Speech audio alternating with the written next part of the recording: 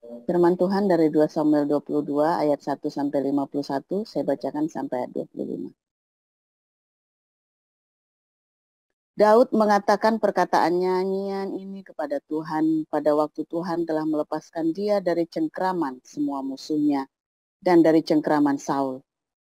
Ia berkata, "Ya Tuhan, bukit batuku, kubu pertahananku, dan penyelamatku, Allahku, gunung batuku, tempat aku berlindung, perisaiku, tanduk keselamatanku, kota bentengku, tempat pelarianku, juru selamatku.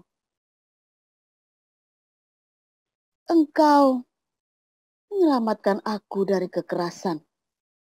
Terpujilah Tuhan, seruku, maka aku pun selamat daripada musuhku. Sesungguhnya, gelora-gelora maut telah mengelilingi aku, banjir-banjir jahanam telah menimpa aku, tali-tali dunia orang mati telah membelit aku, perangkap-perangkap maut terpasang di depanku. Ketika aku dalam kesesakan, aku berseru kepada Tuhan. Kepada Allahku aku berseru. Dan ia mendengar suaraku dari baitnya. Teriakku minta tolong, masuk ke telinganya. Lalu bergoyang dan bergoncanglah bumi. Dasar-dasar langit gemetar dan bergoyang. Oleh karena bernyala-nyala murkanya. Asap membumbung dari hidungnya. Api menjilat keluar dari mulutnya. Bara menyala keluar daripadanya. Ia menekukkan langit, lalu turun. Kekelaman ada di bawah kakinya. Ia mengendarai kerub, lalu terbang, dan tampak di atas sayap angin. Dan ia membuat kegelapan di sekelilingnya menjadi pondoknya. Air hujan yang gelap, awan yang tebal. Karena sinar kilat di hadapannya, bara api menjadi menyala. Tuhan mengguntur dari langit, yang maha tinggi memperdengarkan suaranya. Dilepaskannya panah-panah sehingga diserakkannya mereka, yakni kilat-kilat sehingga dikacaukannya mereka. Lalu kelihatanlah dasar-dasar laut, alas-alas dunia tersingkap karena hardikan Tuhan, karena hembusan nafas dari hidungnya. Ia menjangkau dari tempat tinggi, mengambil aku, menarik aku dari banjir. Ia melepaskan aku dari musuhku yang gagah, daripada orang-orang yang membenci aku, karena mereka terlalu kuat bagiku. Mereka menghadang aku pada hari sialku, tetapi Tuhan adalah sandaran bagiku. Ia membawa aku keluar ke tempat lapang. Ia menyelamatkan aku karena ia berkenan kepadaku. Tuhan memperlakukan aku sesuai dengan kebenaranku. Ia membalas kepadaku sesuai dengan kesucian tanganku, sebab aku tetap mengikuti jalan Tuhan dan tidak menjauhkan diri dari Allahku sebagai orang fasik. Sebab segala hukumnya aku perhatikan, dan dari ketetapannya aku tidak menyimpang. Aku berlaku tidak bercela kepadanya dan menjaga diri terhadap kesalahan. Karena itu, Tuhan membalas kepadaku sesuai dengan kebenaranku, sesuai dengan kesucianku di depan matanya.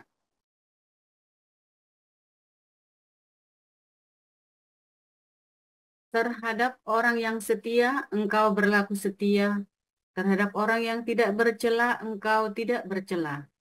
Terhadap orang yang suci, engkau berlaku suci. Tetapi terhadap orang yang bengkok, engkau berlaku belat-belit. Bangsa yang tertindas engkau selamatkan, tetapi matamu melawan orang-orang yang tinggi hati. supaya mereka kau rendahkan. Karena engkaulah pelitaku ya Tuhan, dan Tuhan menyinari kegelapanku. Karena dengan engkau aku berani menghadapi gerombolan, dengan Allahku aku berani melompati tembok. Adapun Allah jalannya sempurna, sabda Tuhan itu murni. Dia menjadi perisai bagi semua orang yang berlindung padanya. Sebab siapakah Allah selain dari Tuhan? Dan siapakah gunung batu selain dari Allah kita? Allah, Dialah yang menjadi tempat pengungsianku, yang kuat dan membuat jalanku rata, yang membuat kakiku seperti rusa. Yang membuat kakiku seperti kaki rusa dan membuat aku berdiri di bukit, yang mengajar tanganku berperang, sehingga lenganku dapat melengkungkan busur tembaga. Juga kau berikan kepadaku perisai keselamatanmu, dan kebaikanmu telah membuat aku besar. Kau berikan tempat lapang untukku, langkahku, dan mata kakiku tidak goyah. Aku mengejar musuhku sampai mereka kau punahkan, dan tidak berbalik sebelum mereka aku habiskan. Aku menghabiskan dan meremukkan mereka, sehingga mereka tidak bangkit lagi, dan mereka rebah di bawah kakiku. Engkau telah mengikat pinggangku dengan keperkasaan untuk berperang. Engkau tundukkan ke bawah kuasaku orang yang bangkit melawan aku. Kau buat musuhku lari daripadaku, orang-orang yang membenci aku, mereka ku binasakan. Mereka berteriak minta tolong, tetapi tidak ada yang menyelamatkan. Mereka berteriak kepada Tuhan, tetapi Ia tidak menjawab mereka. Aku menggiling mereka dengan halus-halus seperti debu tanah. Aku menumbuk mereka dan menginjak-injak mereka seperti lumpur di jalan. Dan engkau meluputkan aku dari perbantahan bangsaku. Engkau memelihara aku sebagai kepala atas bangsa-bangsa, bangsa yang tidak kukenal menjadi hambaku. Orang-orang asing tunduk menjilat kepadaku. Baru saja telinga mereka mendengar, mereka taat kepadaku. Orang-orang asing pucat layu dan keluar dari kota kubunya dengan gemetar. Tuhan hidup, berpujilah gunung batuku, dan ditinggikanlah kiranya Allah gunung batu keselamatanku. Allah yang telah mengadakan pembalasan bagiku, yang telah membawa bangsa-bangsa ke bawah kuasaku, dan yang telah membebaskan aku daripada musuhku. Dan engkau telah meninggikan aku mengatasi mereka yang bangkit melawan aku. Engkau telah melepaskan aku dari panah penindas. Sebab itu, aku mau menyanyikan syukur bagimu ya Tuhan, di antara bangsa-bangsa, dan aku mau menyanyikan mazmur bagimu. Ulang, aku mau menyanyikan mazmur bagi namamu. Ia mengaruniakan keselamatan yang besar kepada raja yang diangkatnya, dan menunjukkan kasih setia kepada orang yang diurapinya, kepada Daud dan anak cucunya untuk selamanya.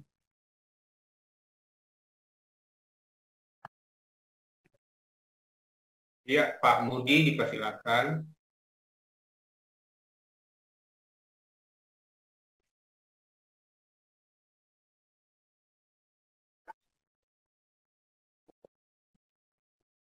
Kami lanjutkan dari Galatia 6. Saudara-saudara, kalaupun seorang kedapatan melakukan sesuatu pelanggaran, maka kamu yang rohani harus memimpin orang itu ke jalan yang benar dalam roh lemah lembut, sambil menjaga dirimu sendiri, supaya kamu juga jangan kena pencobaan. Bertolong-tolonglah menanggung bebanmu, demikianlah kamu memenuhi hukum Kristus. Sebab kalau seorang menyangka bahwa ia berarti, padahal ia sama sekali tidak berarti, ia menipu dirinya sendiri. Baiklah, tiap-tiap orang menguji pekerjaannya sendiri, maka ia boleh bermegah melihat keadaannya sendiri dan bukan melihat keadaan orang lain. Sebab tiap-tiap orang akan memikul tanggungannya sendiri, dan baiklah dia yang menerima pengajaran dalam firman, membagi segala sesuatu yang ada padanya dengan orang yang memberikan pengajaran itu. Jangan sesat, Allah tidak membiarkan dirinya dipermainkan, karena apa yang ditabur orang, itu juga yang akan dituainya. Sebab barang siapa menabur dalam dagingnya, ia akan menuai kebinasaan dari dagingnya. Tetapi barang siapa menabur dalam roh, ia akan menuai hidup yang kekal dari roh itu. Janganlah kita jemu-jemu berbuat baik, karena apabila sudah datang waktunya, kita akan menuai. Jika kita tidak menjadi lemah, karena itu selama masih ada kesempatan bagi kita, marilah kita berbuat baik kepada semua orang, tetapi terutama kepada kawan-kawan kita seiman. Lihatlah bagaimana besarnya huruf-huruf yang kutulis kepadamu dengan tanganku sendiri. Mereka yang secara lahiriah suka menonjolkan diri, merekalah yang berusaha memaksa kamu untuk bersunat hanya dengan maksud supaya mereka tidak dianiaya karena salib Kristus. Sebab mereka yang menyunatkan dirinya pun tidak memelihara hukum Taurat. Tetapi mereka menghendaki supaya kamu menyunatkan diri, agar mereka dapat bermegah atas keadaanmu yang lahiriah. Tetapi aku sekali-kali tidak mau bermegah selain dalam salib Tuhan kita Yesus Kristus, sebab olehnya dunia telah disalibkan bagiku dan aku bagi dunia. Sebab bersunat atau tidak bersunat tidak ada artinya, tetapi menjadi ciptaan baru, itulah yang ada artinya. Dan semua orang yang memberi dirinya dipimpin oleh patokan ini, turunlah kiranya damai sejahtera dan rahmat atas mereka dan atas Israel milik Tuhan. Selanjutnya, janganlah ada orang yang menyusahkan aku, karena pada tubuhku ada tanda-tanda milik Yesus. Kasih karunia Tuhan kita, Yesus Kristus, menyertai rohmu, menyertai roh kamu, saudara-saudara. Amin. Demikian firman Tuhan. Terima kasih untuk para lektor, Ibu Nerliana, Ibu Husnababan, dan Pak Mugiono yang telah membacakan firman Tuhan pada kesempatan ini. Sebelum masuk ke renungan firman Tuhan, Ibu Ana atau Pastor Paul mohon menjadikan Ibu Lusisiana jadi co-host. Terima kasih, Bu, Pak Pastor. Ya, baiklah Bapak Ibu, Saudara, kita akan memasuki renungan firman Tuhan yang akan dibawakan oleh hambanya pada pagi hari ini, Pastor Paul, dengan judul Pengalaman Bersama Jibril. Luar biasa judulnya pada kesempatan ini, Saudara. Jadi mari kita dengarkan langsung dari Pastor Paul, seperti apa sih pengalaman beliau bersama Jibril itu. Ini saya sudah tidak sabar lagi menantikan. Iya, Pastor, silakan.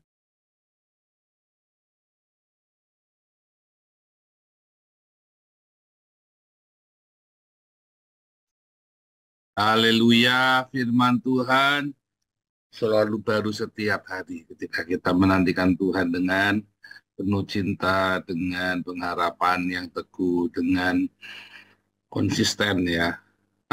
Saudara, masalahnya, saudara, agama memframing kita ya, saudara ya, agama. Mitos di dalam agama itu membuat kita tidak menyadari pengalaman pribadi kita sama Tuhan, saudara. Sehingga ketika Anda sudah di dalam tracknya itu, Anda jadi terus kepikirannya ngalar-ngalar ya tadi ya, ketemu dengan Jibril, ini kan. Kalau belum Jibril, Anda belum orang soleh, saudara, belum jadi nabi, ya, saudara. Kalau Anda belum memenuhi syarat-syarat yang sulit dari agama itu, ya. Dulu saya itu Kalau ke GPPS itu kudu doa 10 hari 10 malam. Kalau belum,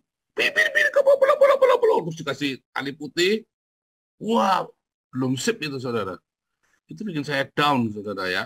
Itu bikin saya down karena saya berapa kali datang nggak pernah dikasih tali putih saudara. Padahal orang yang dikasih tali putih itu yang pergi-pergi bareng saya ya setelah lagi lawa ya pulangnya tetap brengsek. Malah saya rasa saya hidupnya lebih baik dari dia saudara.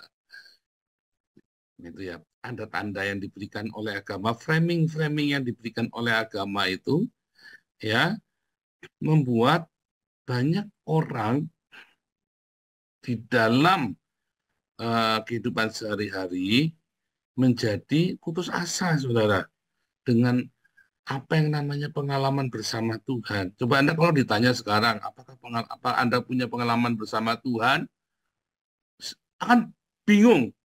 Siapa yang di sini punya pengalaman bersama dengan Tuhan? Bingung, saudara. Ada yang pengalaman bersama Tuhan. Oh ya, saya dapat mimpi, Pak. Oh ya, saya jatuh terus ditolong oleh Tuhan. Dari mana kamu tahu kamu lagi jatuh dan kamu ditolong Tuhan? Iya Pak, kemarin saya bangkrut. Lalu tahun ini saya mendapat mujizat Pak. Sekarang saya sudah sukses, usahanya udah jalan lagi. Sebentar, orang tidak percaya Tuhan juga mengalami hal yang sama loh saudara. Orang yang bukan Kristen, orang yang tidak beragama sekalipun, juga mengalami sama yuk. Saya kemarin juga bangkrut karena sudah bangun lagi. Jadi apa? Nah, kalau tanya pengalaman bersama Tuhan itu apa? Anda bingung, saudara. Banyak yang bingung kalau tanya. Saudara, kita harus punya pengalaman pribadi bersama Tuhan. Anda perlu tanya sama pendetanya, apa itu pengalaman pribadi sama Tuhan yang kamu maksud? Ya enggak, saudara? Ayo. Pengalaman pribadi 2024, kamu bersama Tuhan apa? Kita harus punya pengalaman pribadi. Tanya, saudara yang khotbah itu. Coba, Dev, yang kamu maksud pengalaman pribadi bersama Tuhan itu apa? Oh, saya mendapat penglihatan Yesus, Pak. Nah, itu atau kayak itu ya, saya ketemu Jibril, Pak. Itu pengalaman pribadi bersama Tuhan.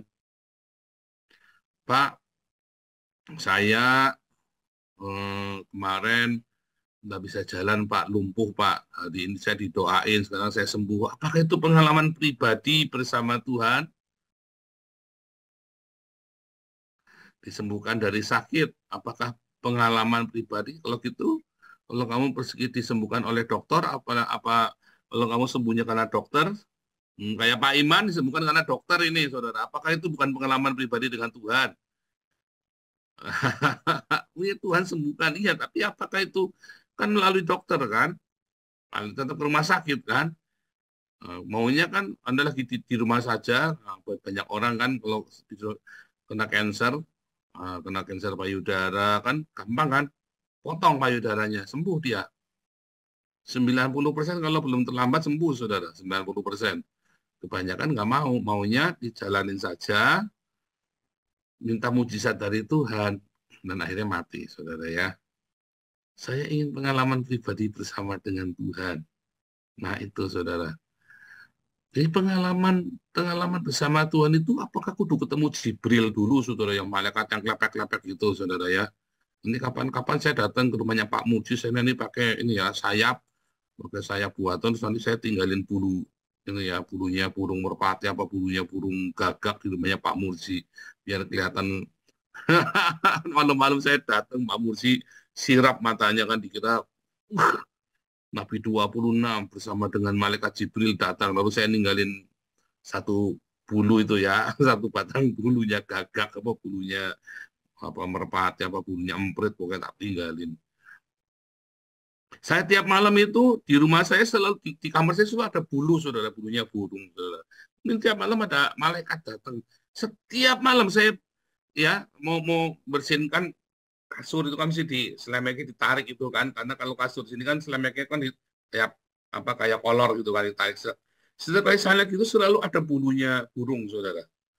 Selalu ada bulunya burung. Apakah itu Jibril, saudara? Bukan. Itu ternyata bantalnya bocor, bulunya pada terbang itu loh, saudara. Kan di sini bukan nggak pakai kapuk, nggak pakai dakron, pakainya bulu itu loh. Bulunya pada terbang dari dalam itu loh. Ya, tiap malam saya didatangi Jibril. Sayapnya pada jatuh bulunya. Ini pengalaman bersama dengan Jibril, apa itu saudara? Pengalaman bersama Tuhan itu apa? Nah, agama itu memframing Anda, saudara. Oh, pengalaman bersama Tuhan itu kalau kamu ngalami mimpi, ketemu Tuhan Yesus. Nanti yang lain, oh didatangi malaikat di siang hari bolong. Oh, yang lain, oh pengalaman bersama Tuhan itu ketika kamu lagi susah sekali, tiba-tiba ada pertolongan yang seakan-akan itu mujizat. Padahal kalau dipikir-pikir ya nggak mujizat juga, biasa aja. Namanya orang random acak, nggak usah orang percaya Tuhan, nggak percaya Tuhan, selalu kalau ada masanya ya saudara ya, mau ketabrak nggak jadi. Itu orang-orang di Cina itu ya, film-film klip-klip pendek itu yang kalau mau truknya itu kan edan-edan ya, kendaraan bisa nyabot sana nyabot sini, dia bisa nggak mati saudara. Apakah itu pengalaman bersama Tuhan? Oh, dia dapat percaya Tuhan Yesus.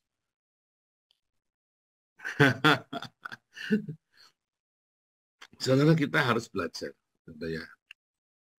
Makanya definisi kita tentang Tuhan di-framing oleh agama. Definisi kita tentang Tuhan itu di-framing oleh definisi kita sendiri, saudara. Padahal Alkitab sudah mengajarkan kepada kita bahwa Allah adalah sang cinta. Allah adalah kasih, agape. Nah, kalau Anda sudah berpikir ya dari ujung sampai ujung, Allah adalah sang cinta. Maka artinya kalau Anda bertemu dengan Allah, Anda bertemu dengan sang cinta. Oh, saya ingin ketemu Tuhan Yesus. Tetapi kamu tidak membuat hidupmu menjadi penuh dengan cinta. Kamu ya cuma mimpi. Itu bukan pengalaman pribadi dengan Tuhan, itu mimpi. Oh, saya di dalam mimpi itu saya melihat malaikat tinggi besar ini mau menyelamatkan saya. Wah, kamu bersuka cita karena kamu merasa bahwa itu pengalaman dengan Tuhan. Bukan, itu mimpi, cuma mimpi. Cuma mimpi, saudara. Pengalaman dengan Tuhan adalah pengalaman dengan sang cinta, saudara. Jadi mau kamu ngimpi Tuhan, ngimpi yang sesuatu yang mistis, mimpi sesuatu yang mau Tuhan lah, malaikat lah, genderu apa segala macam. Pokoknya yang namanya pengalaman dengan Tuhan sebetulnya adalah pengalaman dengan sang cinta. Ketika kamu hidup di dalam cinta, di dalam kebaikan dari cinta, di dalam buah dari cinta, jalannya cinta, itu namanya pengalaman dengan Tuhan. Nggak usah Anda pakai supranatural. Anda ngejarnya supranatural. Kenapa? Di framing sama agama. Karena Anda juga di Indonesia. Ya kan? Harus yang begitu, yang supranatural. Padahal pengalaman dengan Tuhan itu adalah simpel, saudara. Janganlah jemu-jemu berbuat baik. Berbuatlah segala kebaikan selagi ada kesempatan. Jangan kamu pikir Tuhan itu bisa dipermainkan. Kamu bisa melihat segala macam penglihatan surgawi, kamu bisa mempermainkan ilusi tentang Tuhan, bermain-main, kamu menciptakan, saking kepenginnya saudara, kamu ciptakan, itu nanti kamu bisa ngimpi beneran, saudara. Jangan tidak percaya saya, nanti kelas profeti tak ajarin. Kamu saking ngebetnya sesuatu, kamu bisa ngimpi, saudara. Ya, saya waktu belum jadi warga negara Belanda ya saudara ya. Ngimpinya apa saudara? Ngimpinya saya lagi khotbah di Indonesia, deg-degan tiba-tiba di depan lagi ditungguin. Loh, saya di Indonesia, gimana caranya saya kembali ke Belanda nih? Ya kan? Mimpi itu bisa kamu ciptakan dari alam bawah sadarmu, bisa kamu paksa loh saudara. Oh. Saya kalau lagi ngimpi, saudara ya, kalau dulu mimpi itu tak terkendali. Tetapi setelah saya makin ya mungkin ya, kalau saya ngimpi, misalnya saya berkelahi kalah, saudara ya. Terus saya bangun kan nggak enak berkelahi, gebukin itu kan nggak enak, saudara. Kita jadi pecundungan. Saya melihat begitu ya, terus saya tidur lagi, saudara. Tak terusin mimpinya, tak bayangin sekarang saya yang menang. Kamu coba boleh, saudara ya, nanti kalau mau coba boleh tuh. Saya menang, saya gebukin itu orang dalam setengah sadar itu saya membayangkan secara aktif saya gebuki orang yang tadi gebukin saya, saudara. Tak kejar sampai saya les sampai di batas remnya itu sampai saya lelap. Dan itu nanti mimpinya paginya itu saya bangunnya pulas, sukacita, saudara. Lega, saya gebuki orang yang tadi ngebukin saya. Kamu kalau bangun tidur digebuki orang, mimpinya kan tak enak. Ya enggak? Ayo, itu saja. Atau Anda bangun tidur, tiba-tiba Anda merasa anakmu direbut dari tanganmu, apa suamimu direbut dari tanganmu. Karena dalam mimpi itu waktu kita bangun gitu, Anda merem lagi, saudara. Oh, ini pertanda apa ya? Kamu seharian terus kepengaruh, ini pertanda apa ya? Kan goblok kamu, saudara. Di framing oleh mimpimu. Kamu di framing oleh mimpimu sendiri. Tidak semua mimpi. 99,99% mimpimu itu adalah hanya mimpi, saudara. Dan itu bisa terjadi kalau kamu percaya dengan mimpimu. Kalau kamu tidak percaya dengan mimpimu, tidak akan terjadi. Coba deh kalau tidak percaya deh. Tapi kamu bisa menggunakan mimpimu sebagai pertanda. Makanya ikuti kelas profetik ya. Ikutin saudara, bagaimana kamu bisa menggunakan mimpi itu sebagai penanda dalam hidupmu. Tapi jangan sampai mimpi itu memframing hidupmu, saudara. Saya kalau mimpi sesuatu 3 kali, saudara, pasti terjadi. Pasti terjadi. Tetapi saya tidak mau di-framing oleh mimpi itu. Ada mimpi yang 3 kali, saya mimpi sampai 3 kali, 4 kali, 5 kali, 6 kali, yang nggak terjadi. Kenapa? Saya nggak mau. Saya tolak. Saya tolak, saudara ya. Kalau sampai ke pengaruh, apalagi saya kebiasa ke pengaruh dengan tanda-tanda mistis ya. Saya tolak dalam nama Tuhan Yesus. Saya tolak semua mimpi buruk, penglihatan buruk, perkataan buruk. Tolak, saudara. Saya ucapkan confession. Nah, nanti diajarin kelas profetik. Cuman, yang saya mau sampaikan kepada Anda, ya, pagi hari ini yang di Indonesia, dan dimanapun Anda berada, ya, pengalaman pribadi bersama dengan Tuhan itu bukan pengalaman supranatural. Anda bertemu Yesus, Anda mimpi ketemu malaikat, dan sebagaimana Anda disembuhkan dari sakit, Anda mengalami mujizat pertolongan, ketika Anda lagi kesusahan, lagi sakit, mau mati, kecelakaan, ya, atau Anda bangkrut, jadi kaya, ekonomi, itu bukan pengalaman pribadi dengan Tuhan. Ya, karena semua orang di dunia ini bisa mengalami hal yang sama tanpa dia percaya kepada Tuhan Yesus. Anda kudu terima itu dulu, saudara. Anda harus terima kenyataan itu dulu, supaya imanmu jangan kosong. Mimpi ketemu Yesus, ya karena Anda tiap hari di dalam gereja ya, atau Anda pernah ini pasti ketemu, saudara ya. Anda ketemu malaikat, Anda ngarap-ngarap, Anda sesuatu hari dari harapanmu, kan kepengen sekali, ya ketemu. Bisa ya, itu bisa. Bisa diciptakan dalam alam bawah sadarmu, saudara.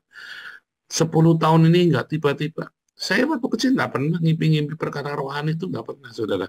Saya pengen sekali mengalami perjumpaan dengan Tuhan Yesus. Saya berdoa, Tuhan, aku pengen ngimpi ketemu Tuhan. Nggak cuma ngimpi, saudara. Saya duduk, saya ngeliat Tuhan Yesus, saudara. Ya kan? Tetapi itu bukan pengalaman pribadi bersama Tuhan. Itu Tuhan kasih karunia ya di dalam kehidupan kita supaya kita bisa. Berapa banyak nabi-nabi ketemu Tuhan, ketemu malaikat Tuhan ya. Ya kan? Apakah terus orang langsung berubah? Bilham ketemu malaikat Tuhan apa berubah? Ya kan? Yang paling penting sebetulnya yang namanya pengalaman pribadi dengan Tuhan adalah pengalaman pribadi dengan Sang Cinta, di mana ketika kamu hidupmu penuh dengan cinta, kamu miliki cinta yang dari Tuhan, baik itu kamu mengalami pengalaman ketemu Tuhan Yesus, baik itu tiba-tiba kamu kesambat bangun tiba-tiba kamu ingin mencintai, cinta yang tulus yang dari surga. Dan memang ada beberapa yang ditandai dengan pertemuan, ya, mimpi, encounter dalam mimpi, dalam bentuk penglihatan, atau ada khotbah yang kena di kepalamu, rema. Kalau saya lebih menyarankan Anda, rema yang menjadi kenyataan dalam hidupmu itu kan menjadi trigger, menjadi pemicu cinta yang tumbuh dalam hatimu. Karena Tuhan Yesus bilang apa? Berbahagialah yang percaya sekalipun tidak melihat. Ya kan? Jadi jangan harus seperti Thomas. Masalahnya kan kita semua pengennya kayak Thomas kan? Melihat dulu kan? Nah, berbahagialah orang yang percaya dengan sang cinta itu, saudara. Kalau Anda menjalani cinta itu, kehidupan agape itu, kamu hidup dengan belas kasih, kamu hidup dengan pengampunan, wah, berat jatuh bangun, dan kamu mengalami, dan makin lama kamu makin mengerti bagaimana mencintai. Nah, itulah pengalaman bersama Tuhan, pengalaman bersama cinta.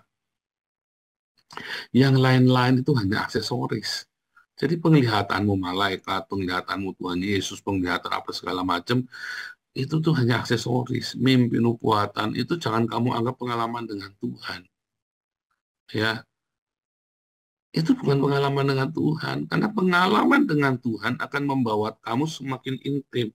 Pengalaman saya dengan anak, dengan istri saya, membuat saya makin intim dengan dia. Kamu pikir saya sama anak baik-baik saja selalu? Ya enggak. Tetapi karena saya jatuh bangun, kami berdua jatuh bangun bersama-sama, kami nikmati bersama, kami hancur bersama, kami hidup bersama, kita minum teh bersama, kita bertengkar bersama, kita ngadepi debt collector sama-sama, kita masuki lembah kekelaman, kita bersuka cita sama-sama, kita keliling dunia sama-sama, kita ngalami semua sama-sama, maka itu menjadi intim. Keintiman itu bukan terjadi karena Anda bahagia terus, happy terus. Bahkan ketika Anda gagal, ketika Anda, kenapa akhirnya aku marah Tuhan? Kenapa akhirnya aku meledak, karena aku jengkel, aku difitnah Tuhan? Itu pun pengalaman sama Tuhan, saudara. Kamu belajar sama Tuhan itu ya, melekat erat. Jatuh bangun, pokoknya kamu kejar terus itu yang namanya cinta. 1 Korintus 13. Sebab tanpa cinta, walaupun kamu melakukan banyak hal, kamu sia-sia. Kamu milih supaya motifmu itu bukan karena apa. Motifmu itu, orang membakar diri, sekalipun dia membakar dirinya, bisa bukan karena cinta loh. Orang membakar diri apakah selalu karena cinta? Bukan loh, saudara ya. Oke, 3 menit lagi. Orang membakar diri, pahlawan-pahlawan itu kan mengorbankan dirinya. Coba Kahar Musakar, sampai itu yang tokohnya DITI itu, yang temannya Soekarno itu, akhirnya kan ditembak sama Soekarno kan, ditembak sendiri kan, dihukum mati kan, itu sahabatnya Soekarno. Artinya ketika dia mencintai Indonesia, cintanya itu pamrih, saudara. Makanya dia memberontak. Permesta, siapapun lah namanya, para pahlawan itu ya, yang udah mati mau udah mati. Tapi terbukti kan ketika dia nggak mati, begitu terjadi ada sesuatu, ya kan, cintanya itu bertepuk sebelah tangan, ya kan. Saya ini cintanya dengan Indonesia bertepuk sebelah tangan, saudara. Saya mencintai Indonesia. Apakah Indonesia cinta saya? Oh, Cina kok, Kristen kok, triple minoritas kok, ya kan. Tetapi saya tetap mencintai Indonesia dengan mengirimkan, membuat donasi-donasi itu untuk kasih makan Indonesia. Kan begitu, saudara.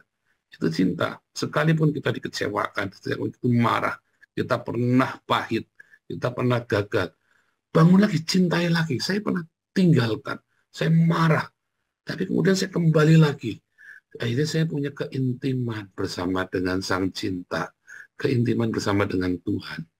Apakah selesai? Masih, selama saya masih, nafasnya masih di hidung saya, maka keintiman itu makin dalam, makin dalam, makin dalam, sampai tiba-tiba saya lenyap. Badan saya lenyap, saya jalan bersama Tuhan seperti Henok, saudara. Nah, itulah keintiman bersama Tuhan. Bukan pengalaman sama Jibril kayak si Ono. Bukan, bangganya ketemu Jibril, saudara. Nah, bukan begitu. Itu framing agama, kamu ketemu Jibril dulu, kamu bisa jadi nabi. Ketemu Jibril itu nggak berarti apa-apa, saudara ya. Pengalaman dengan sang cinta membuat kamu jadi sesuatu. Ya, jangan kejar yang mistis-mistis, yang real, saudara. Cinta itu adalah perkara rohani, kamu tarik menjadi real. Cinta itu kan sesuatu, kamu kan nggak bisa ngelihat. Cinta itu apa? Kamu nggak bisa ngelihat, saudara. Warnanya apa cinta? Kamu udah orangnya apa? Enggak bohong, itu kan akal-akalannya sales obat. Cinta itu kamu tarik, wujudkan dalam diakonia. Cinta itu kamu tarik, wujudkan dalam pengampunan. Ya kan?